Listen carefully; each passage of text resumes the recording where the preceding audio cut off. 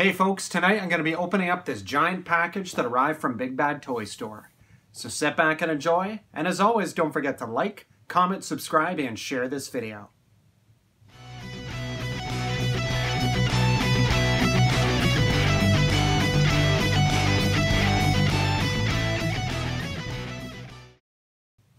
Hey guys, I'm here from Transformers and Video Games, and welcome back to the channel. As I mentioned in my intro, I'm going to be showing you what I picked up from Big Bad Toy Store. So, to speed things up a little bit, I took the liberty of slicing open the box just so you wouldn't see me struggling with it on camera. First thing I'll mention here, now, I haven't ordered from Big Bad Toy Store in about, I want to say, 10 years. When I first got back into collecting as an adult, my very first purchase from an online retailer was from Big Bad Toy Store, and the figures I got were actually a Hasbro G1 reissue Dirge, and I believe it was Classics Warpath, which is a pretty terrific figure, but it gives you an idea of how long ago that was. So anyway, it's been about a decade since I ordered from them. First thing I'm noticing when I open up the package here is that they're using a good amount of high quality bubble wrap, which is nice. So the figure is completely wrapped in bubble wrap, or at least the inside of the box is lined with bubble wrap, I should say. Now I'm going to get right into this here with the first figure that I bought. This is a Masterpiece figure. Hopefully you're not getting too much glare at this angle, but this is obviously Masterpiece Thrust, also known as MP11NT.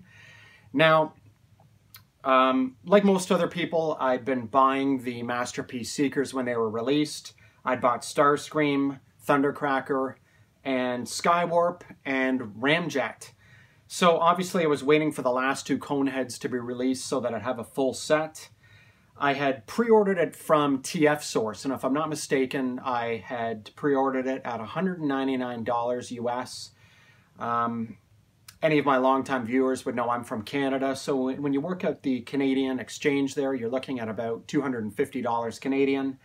Then you've got your shipping on top of that, which would probably be about $25 US, maybe $30. And then, of course, when Canada Post drops the package off at my door, they've normally got their hand out for the import fees. So these are pretty expensive purchases if you're buying them at their normal asking price. So I had this pre-ordered for $199 from TF Source, and I don't remember what the circumstances were. Maybe I'd bought something else that was expensive, or I just got to thinking about it, and I just thought, you know what? I don't think I want to spend that kind of money on the last two Seekers. I just didn't really want to go down that road. I figured I'm happy enough with what I've got. I just don't want to invest, you know, another $500 into two more of essentially the same mold. So I decided to pass on it, and I don't know what it was. Something brought me to the Big Bad Toy Store website. I think it might have been something I saw the guys from Nerd Out doing. Randy was talking about a Mezco Mike Myers Halloween figure that he'd picked up.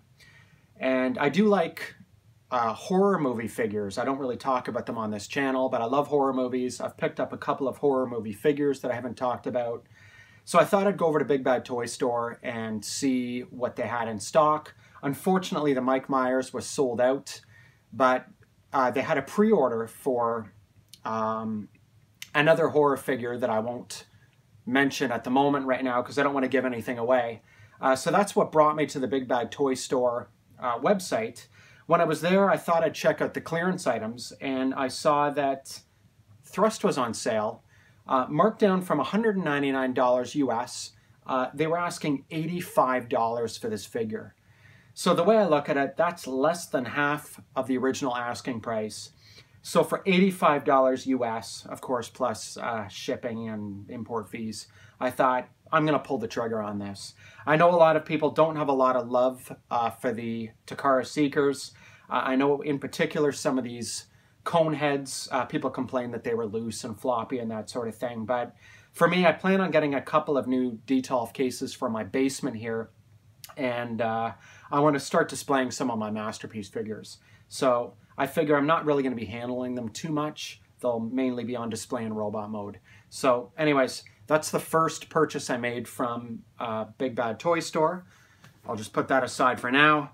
And since I already pretty much let the cat out of the bag with the fact that I was on the Big Bad Toy Store website looking for a horror figure, another little box came in the package here that I'm just going to open up right now.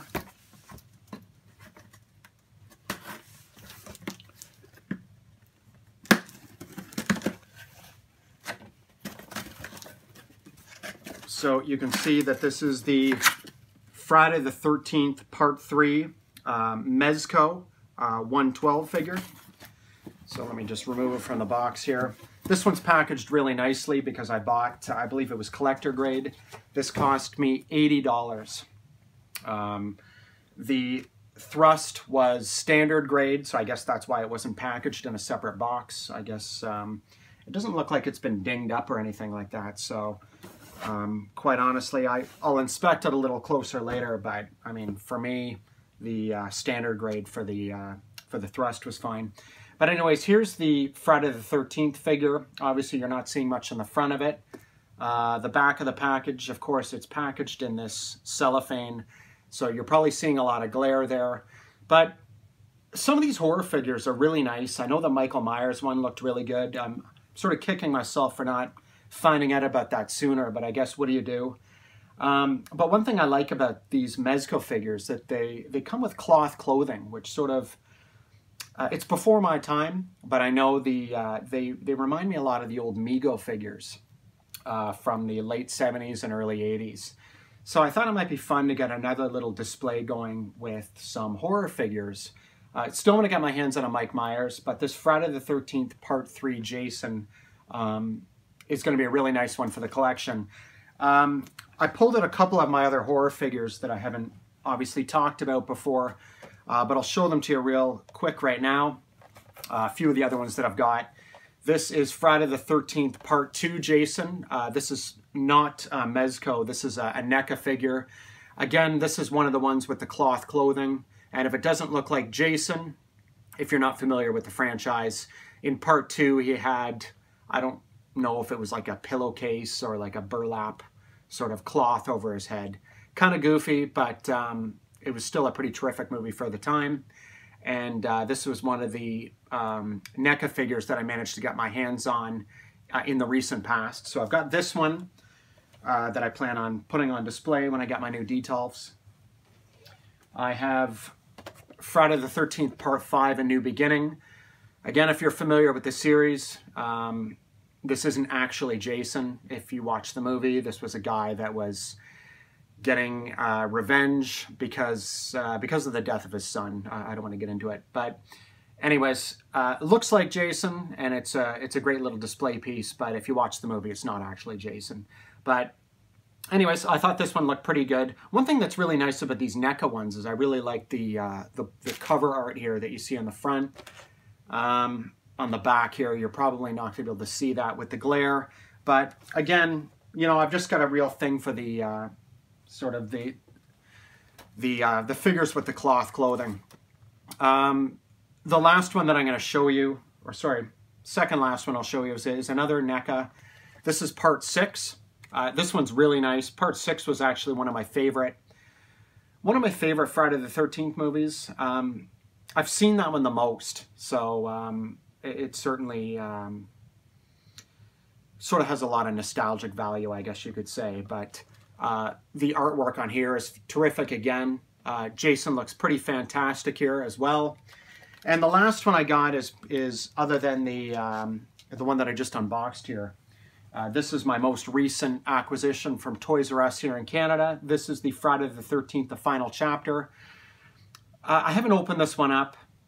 I was really sold on just the packaging for this one. It kind of reminded me of a giant VHS tape.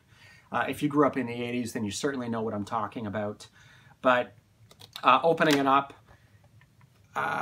he doesn't have the cloth clothing, and I knew that buying it. It's not really my favorite style of action figure. Again, I mainly bought it for the packaging and just for a little bit of variation in my horror figures.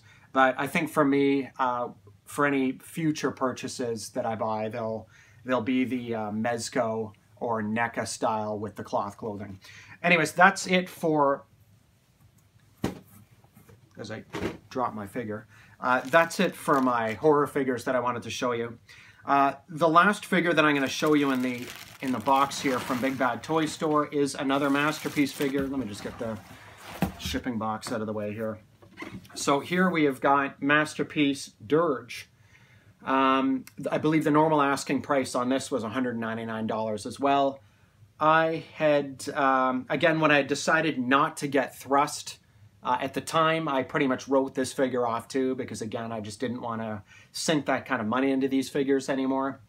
But Dirge had been marked down from $200 to $99. So essentially, I got these two Seekers as like a 2-for-1 deal. And the way I look at it, yeah, sure. I mean, I still had to pay, I think it was $30 US shipping. And the exact figure that I had to pay when Canada Customs came to the door today was $56 Canadian. So it still adds up, but it still ended up being a lot cheaper than buying these for the $199 US asking price at the time. I've always been a big fan of the cone heads. I know they don't get as much love as the Series 1 Seekers. They certainly didn't get as much screen time. Excuse me. They didn't get as much screen time. Their characters probably weren't developed as much. But one thing that I always really liked about them is that the jets have a lot of personality. You know, it's not just the same thing, but repainted. You know, the missiles were different. The wings were different. I haven't messed with the Masterpiece versions yet, but I know certainly in the G1 line, you could display them either as cone heads or you could put the cone heads down and display them in toy mode the same way you would with the Series 1 Seekers. So there was some a bit of versatility to the way you could display those figures. And again, I did appreciate the fact that Hasbro for G1 or Takara here for the Masterpiece figures had taken the time to at least do some modifications on the figures to make them a little bit different and give them a little bit more personality. So this was the last figure that I bought. Again, very happy with the purchases. Yeah, there's a little bit of, I'm just noticing here, you can see where it's been pushed in a little bit here. So the tape pulled off a small amount of the surface part of the paper. But you know what? I mean, as much as I like the minty boxes and all that, other than that, this looks pretty good. Again, it was a standard grade figure. I didn't look to see if they had one of the collector grade ones on clearance. I wasn't really too bothered about it. Again, for a total of $185 to get those two Seekers and complete the whole set of 6 Seekers, I thought was really great. I think these are going to look fantastic when I do get my DTOL cases for the basement. I'm probably going to just display the 6 Seekers in one of the compartments.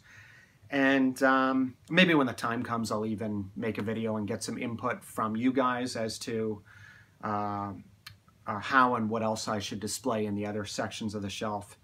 But anyways, guys, I'm going to leave it at that for today. Thanks a lot for sticking around for this video. I haven't done an unboxing like this in a little while.